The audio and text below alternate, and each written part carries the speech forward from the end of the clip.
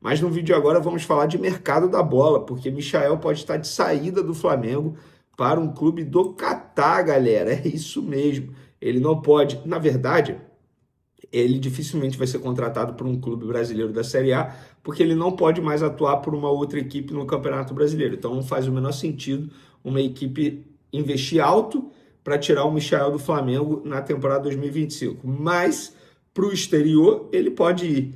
E é sempre lembrando, a gente vem falando isso há muito tempo. Se chegar a proposta, o Flamengo não vai fazer esforço para ficar com o Michael. E a gente vai falar que clube do Catar é esse, vamos trazer essas informações. E tem também clube português de olho em goleiro do Flamengo, tá? Destaque do Flamengo. A BAP, presidente do Flamengo, já iniciou a movimentação nos bastidores com o futuro presidente da CBF. Já iniciou esse approach aí, essa relação mais próxima com a principal entidade do futebol brasileiro. Então, vamos para as informações, galera. É o seguinte, mandatário do Flamengo, BAP, informação que a gente postou lá nas outras redes sociais, se reuniu com o futuro presidente da CBF, o Sami Chaldi, aqui no Rio de Janeiro, em um jantar no último domingo. Eu apurei que esse jantar foi depois do jogo do Flamengo contra o Botafogo, em um restaurante na Barra da Tijuca, zona oeste do Rio de Janeiro. O BAP, a intenção do BAP é ouvir Sami Chaldi e propor algumas ideias para melhorar o futebol brasileiro. Segundo eu apurei, o Chaldi ouviu tudo, ele tem 41 anos, disse entender todas as ideias do BAP, deixou claro que nesse encontro que pretende trabalhar junto com os clubes em todos os processos, inclusive relativos à melhora de governança e de gestão da entidade. Ele se comprometeu também com o BAP de uma maneira informal, não tem como ele assinar um documento formalmente, de trabalhar na ideia de mudar o critério eleitoral atualmente, que tem o peso das federações, porque as federações que acabam decidindo quem será o presidente da CBF. Então, o BAP iniciando essa relação com o futuro presidente da CBF, eu acho importante, independentemente se foi uma boa escolha ou não das federações, a gente vai saber no futuro. Eu, de fato, não conheço o Chaldi, 41 anos, enfim, o pai dele foi presidente da Federação de Roraima durante 40 anos. Ele era vice-presidente e ia se tornar presidente agora. Então, não tem muito o que dizer. Em uma entrevista para o UOL, ele disse que sim, se envolve com... É envolvido sim com o esporte, praticante de jiu-jitsu faixa preta. Beleza, eu sou praticante de Muay Thai e nem por isso eu tenho condições e requisitos para ser o presidente da CBF. Mas, a ver o que será agora da entidade brasileira, mas o Ancelotti continua sendo treinador, tá? Falando sobre Flamengo e Deportivo Táchira, no dia 28, quarta-feira que vem, o Flamengo divulgou os valores dos ingressos. Vamos lá, Norte, de R$ 25,00 a R$ 100,00, meia sendo 50, a meia sendo 50, porque ficou parecendo que é 150. Setor Sul, de R$ 20,00 a 80 e a meia R$ 40,00. Leste Superior, de R$ 30,00 a 120, a meia 160. Leste Inferior, de 35 a 140 e a meia, obviamente, 170.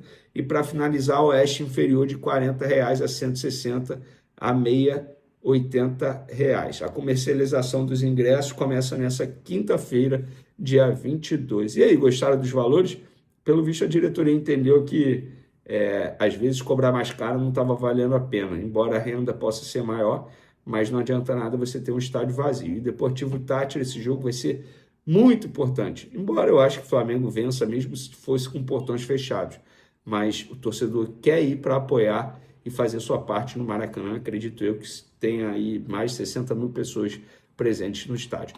Vamos falar agora de mercado da bola, galera.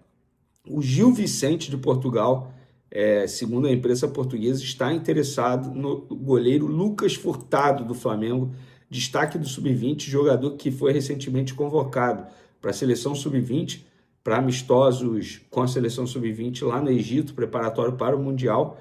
Ele é titular atualmente do Sub-20, pelo que eu estou vendo aqui, foi titular no dia 15 contra o São Paulo, foi titular contra o Fluminense no dia 4 e foi titular contra o Internacional no dia 30 de abril. Então é um jogador que vem sendo utilizado aí e foi titular também na campanha do título da Libertadores Sub-20 esse ano. Inclusive o Flamengo vai disputar o Mundial Sub-20 dentro do Maracanã diante do Barcelona em agosto. Vamos ver se o Gil Vicente faz uma boa proposta, se de fato o clube consegue levar o goleiro Lucas Furtado. Vamos ver se vale a pena ou não. E agora falando sobre um atacante, o Michael, a gente vai falar aqui, a gente falou sobre isso já na introdução, e aí a gente vai comentar aqui qual time que é o Michael. É o seguinte, o parceiro Flazoeiro soltou a seguinte matéria, exclusivo, Aldo Ail do Catar tem negociações em andamento para contratar o atacante Michael do Flamengo. Bom, no Flamengo até o momento não me responderam se procede, os empresários também não me responderam, obviamente eu apurei, mas fica aí os créditos dados ao parceiro Flazoeiro que trouxe essa informação.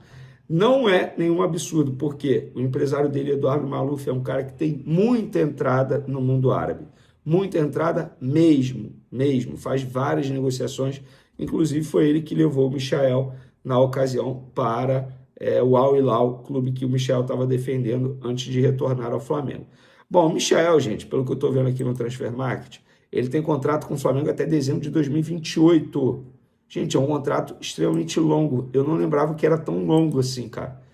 E ele custa alto, tanto é que eu falei já isso aqui e vou repetir. O Michael inflacionou o elenco do Flamengo, porque todo mundo que pede renovação de contrato se baseia no atual salário do Michael. Contrato longo, salário alto, não entrega dentro de campo. Não faz o menor sentido o Flamengo segurar esse jogador. Se de fato esse clube do Catar quiser o Michael, que leve, porque para mim não vai fazer nenhuma falta. Inclusive o Flamengo vem buscando contratações de jogadores para essa posição.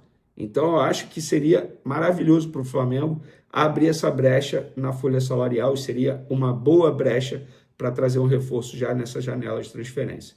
O que vocês acham? O Michael tem que ficar? Pode ir embora? Quero a opinião de vocês. E agora a gente vai falar do Bruno Henrique, galera.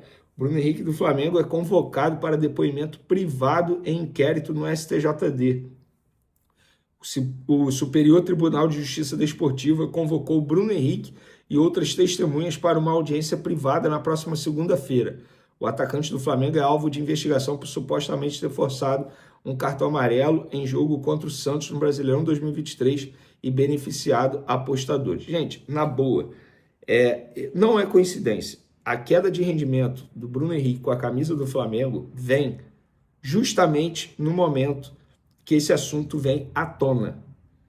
Isso não é coincidência. O Bruno Henrique é ser humano. E quando eu falo isso, gente, não é uma crítica ao Bruno Henrique. Pelo contrário, é me colocando no lugar dele. Estou tendo empatia. Eu não estou aqui entrando no critério que ele é inocente, culpado, que ele tem culpa, que ele tem que ser punido. Não estou entrando nesse critério. Ele está sendo investigado. E a partir do momento que ele está sendo investigado, isso de uma maneira automática influencia sim no desempenho dele. Eu duvido que ele esteja dormindo bem. Eu duvido que ele esteja esquecendo, deixando de lado essa situação. Ser humano, eu jamais iria conseguir dormir bem e deixar essa situação de lado. Alguma coisa na minha vida ia ser afetada, seja o meu rendimento no trabalho, seja o meu rendimento aqui no canal, que também é meu trabalho, no SBT. Eu já passei e passo por dificuldades na minha vida pessoal e eu tento ao máximo fazer com que isso não atrapalhe o meu desempenho profissional, até porque eu acho que uma coisa, você não pode juntar as coisas, mas estamos falando de uma acusação extremamente séria ao Bruno Henrique. Inclusive, ele pode ser punido por um longo período e, obviamente, fazer com que a carreira dele chegue ao fim antes mesmo do que ele imaginava. Isso é uma possibilidade, ninguém sabe. Então, eu não sei até que ponto vale a pena insistir tanto no Bruno Henrique como o Felipe Luiz está insistindo. Estou levantando a bola aqui para um debate, para vocês comentarem aí e darem a opinião de vocês.